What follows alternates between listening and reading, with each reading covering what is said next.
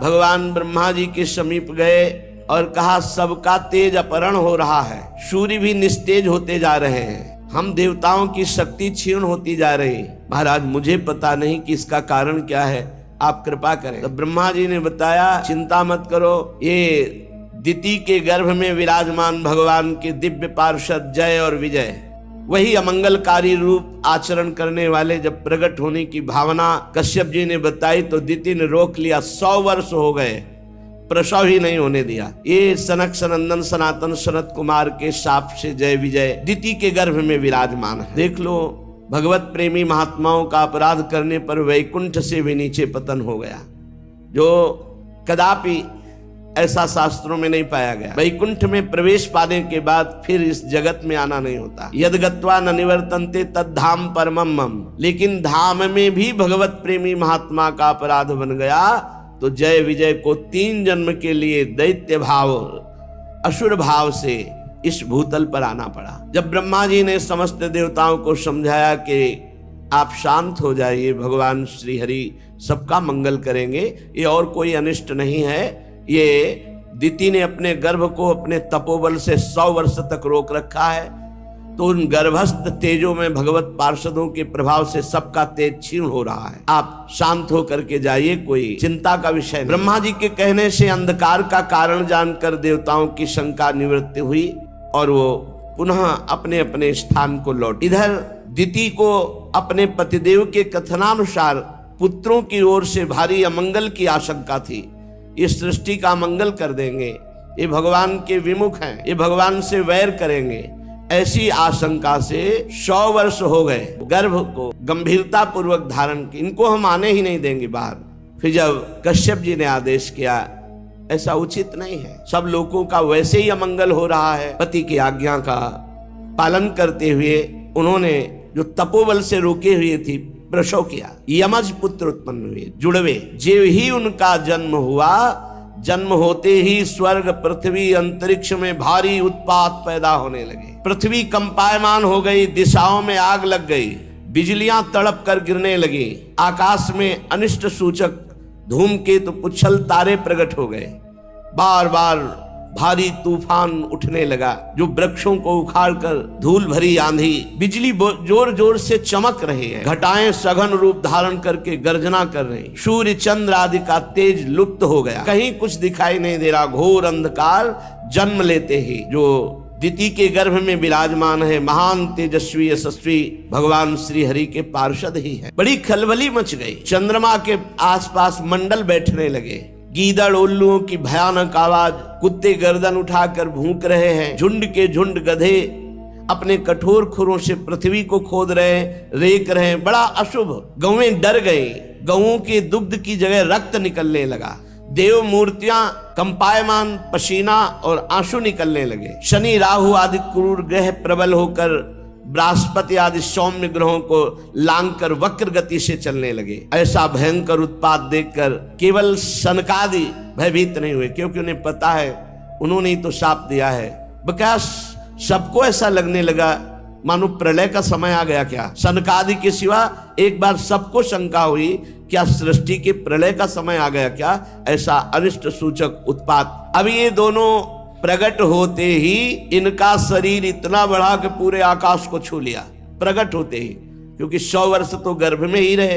भयंकर पराक्रम बलशाली, आकाश को घेरे हुए ऐसा शरीर। वो इतने ऊंचे थे कि उनके मुकुट का अग्रभाग स्वर्ग को छू रहा था। मुकुट को आप नहीं देख सकते, इतने ऊंचे थे। उनके छाती और भुजाओं से दिशाएं आच्छादित हो गई, भुजाओं में ऐसी चमक कि दिशाएं प्रकाशित हो रही थी। अब जे भी उन्होंने पृथ्वी पर कदम रखा तो ऐसे भूकंप आ गया, पृथ्वी कांप गई। कश्यप जी ने मंगलाचरण किया, बड़े भारी तपस्वी कश्यप जी हैं। नामकरण संस्कार किया। उनमें से जो दिति के गर्भ में पहले स्थापित हुआ उसका नाम हिरण्यकश्यप, और जो दिति के गर्भ से पहले निकला उसका नाम हिरण्याक्ष। स्थापित हुए हिरण्यकश्यप पहले और प्रकट हुए हिरण्याक्ष, इसलिए बड़े भाई हिरण्याक्ष माने गए। हिरण्यकश्यप तो ऐसा मत वाला बलवान कि अपनी भुजाओं के बल से मारता पर्वतों को तो चकनाचूर हो जाते। लोकपाल थर्रा गए हिरण्यकश्यप का बल देखकर। और हिरण्याक्ष तो हाथ में गदा लेकर के हर लोक में जाके गर्जना करता, कोई सामने नहीं आता हिरणाक्ष। पैरों की धमक असह्य थी। वो पैरों में बड़े बड़े नूपुर पहने, विजय सूचक माला धारण किए, विशाल गदा लिए, जिधर जाता कोई उससे लड़ने वाला ही नहीं। हिरणाक्ष देवता तो ऐसे डर कर भागते जैसे छोटे बच्चे भेड़िए को देखकर डर, जैसे गरुड़ के डर से सांप, ऐसे देवता भयभीत होकर भागते। हिरणाक्ष ने देखा कि उसके सामने कोई लड़ने वाला ही नहीं, तो हर लोक में जाकर के गर्जना करता। फिर वो गहरे समुद्र में घुस गया और अपनी गदा का प्रहार लहरों पर करता। सब जलचर जीव घबरा गए। अनेक वर्षों तक समुद्र में घूमता रहा, कोई लड़ने वाला ही नहीं मिला। हिरण्याक्ष बस वायु वेग से तरंग जो उठती उसी पर गदा का प्रहार करता। जल में घूमते घूमते लोकपाल वरुण जी की विभवापुरी जो राजधानी है वरुण लोक की, उसमें प्रवेश। जल के स्वामी वरुण जी ने देखा है बड़ा मतवाला वीर आ रहा है, लड़ना संभव है। हिरणाक्ष हंसी उड़ाते हुए कहा, महाराज प्रणाम। एक हाथ से संत, भगवंत, श्री विग्रह, इनको निषेध किया गया प्रणाम करना। ऐसे एक हाथ से नहीं, हमारे यहाँ दोनों हाथ जोड़कर प्रणाम, ये उपहास कहा जाता है। संत या भगवान का श्री विग्रह या जो अपने बड़े गुरुजन हैं उनको ऐसे नहीं किया जाता, उनको हाथ जोड़कर प्रणाम किया।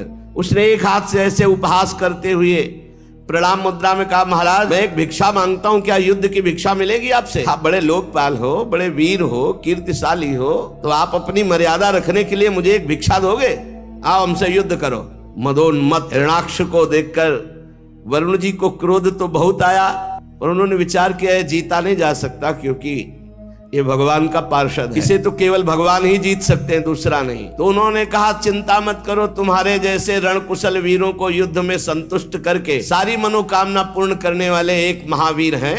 तुम्हारे जैसे वीर वहां घुटने टेक देते हैं। तुम बड़े वीर हो, पर तुम्हें ज्यादा देर नहीं लगेगी वीर सैया में शयन करने की। तुम जैसे दुष्टों को नियंत्रण करने के लिए वो विविध रूप धारण करते हैं। वरुण जी की बात सुनकर के बड़ा प्रसन्न हुआ, बोला, बताओ तो जरा ऐसा वीर त्रिभुवन में कौन है जो मेरी भुजाओं को युद्ध में तृप्त कर सके? उनका तृप्त नहीं तो उनके हाथ मारा जाएगा। तो उसने कहा, तुम बताओ तो, फिर थोड़ी देर में सूचना तुम्हें मिलेगी कौन मारा गया। इतने में देवर्षि नारद जी आ गए। नारद जी ने कहा, वीर का तो पता मैं जानता हूँ। नारद जी एक ऐसे महात्मा है, चाहे जहां चले जाए, चाहे जिससे मिले सब सम्मान करते हैं। कंस से भी मिलते हैं, कृष्ण से भी मिलते, सबसे कहीं भी चले जाए। नारद जी एक ऐसे विश्व पूज्य महात्मा है, जहाँ असुरों के यहाँ भी इनकी पूजा होती है, कोई इनसे द्वेष नहीं करता। सब जानते हैं कि हित की बात बताएंगे।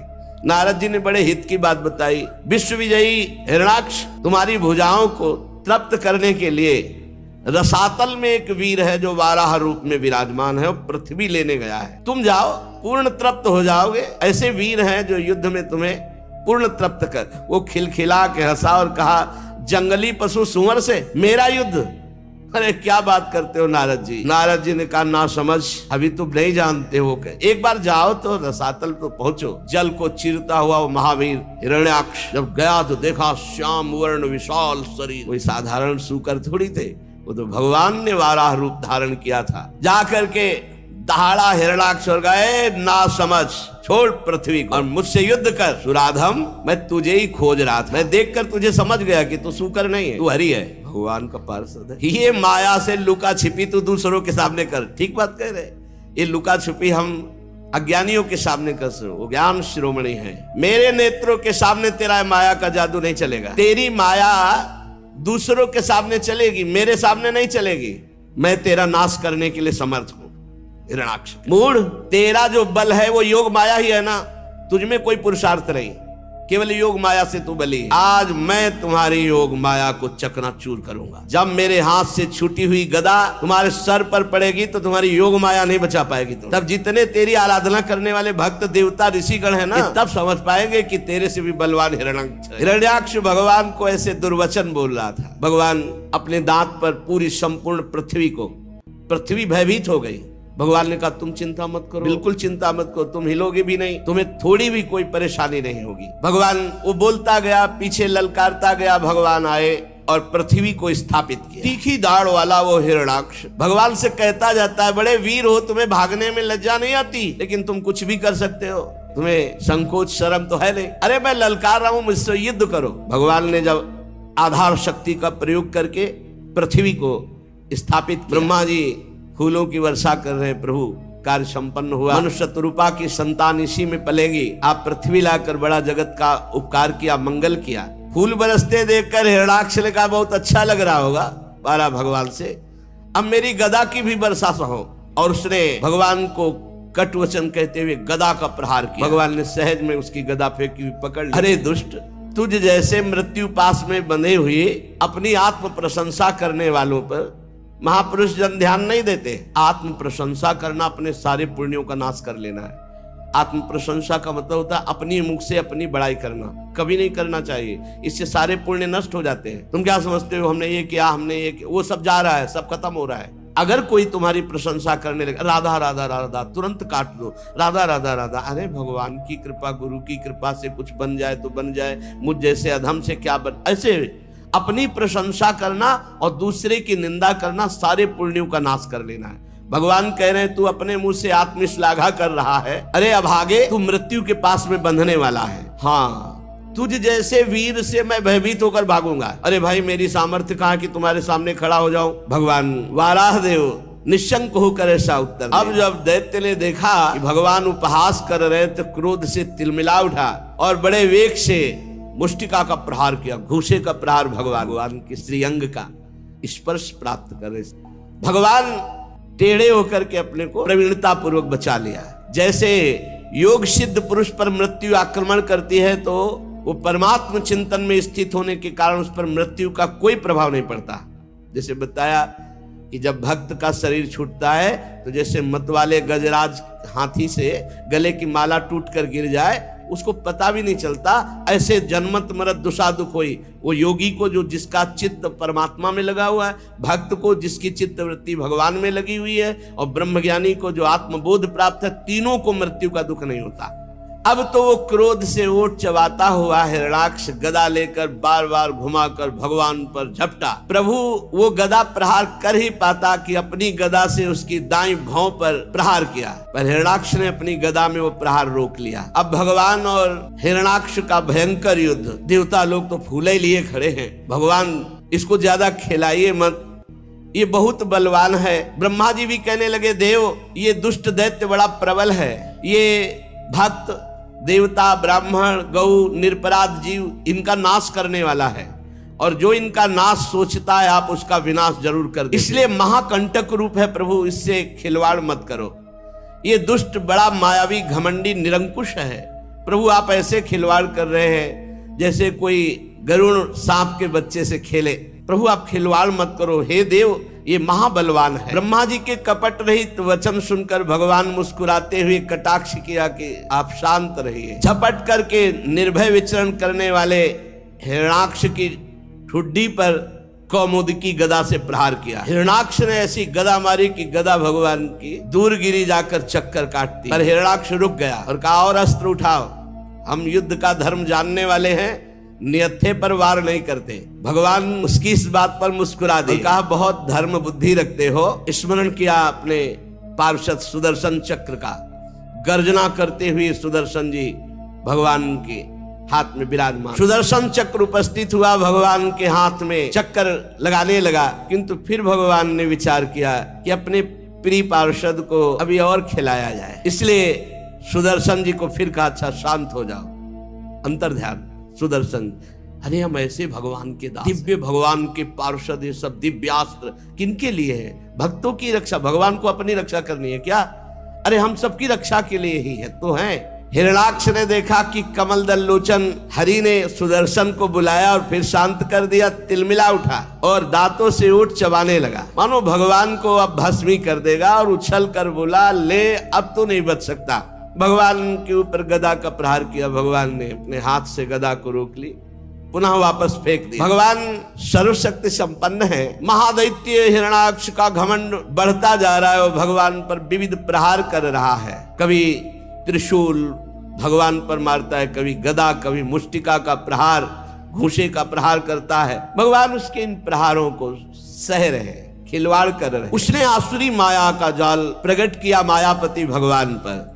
भगवान ने सुदर्शन जी को आज्ञा की माया का नाश कर, माया का नाश का हृदय कांप उठा। भगवान ने किसी अस्त्र शस्त्र से हिरणाक्ष को नहीं मारा, उल्टा हाथ ऐसे उपेक्षा करते हुए उल्टा हाथ एक जे ही तमाचा मारा उल्टा, चक्कर चक्कर खाता हुआ हिरणाक्ष खून उगलते हुए गिर पड़ा और निष्प्राण हो गया। ब्रह्मा जी समस्त देवता श्री भगवान पर पुष्पों की वर्षा की। देवता लोग कहने लगे प्रभु नमस्कार नमस्कार नमस्कार। ये नमस्कार तभी करते हैं जब इनका विरोधी मारा जाता है। बड़े आनंद की बात प्रभु, आपने हम लोगों को बड़ा सुख प्रदान किया हिरणाक्ष का उद्धार करके। वाला भगवान पृथ्वी को स्थापित करके हिरणाक्ष का उद्धार करके सब देवताओं से विनती सुनते हुए स्वयंभू मनु बड़े प्रसन्न हुए, क्योंकि इसी से अन्न आदि जिससे हमारा मनुष्यों का जीवन पोषण होता है और यही संतति की वृद्धि आदि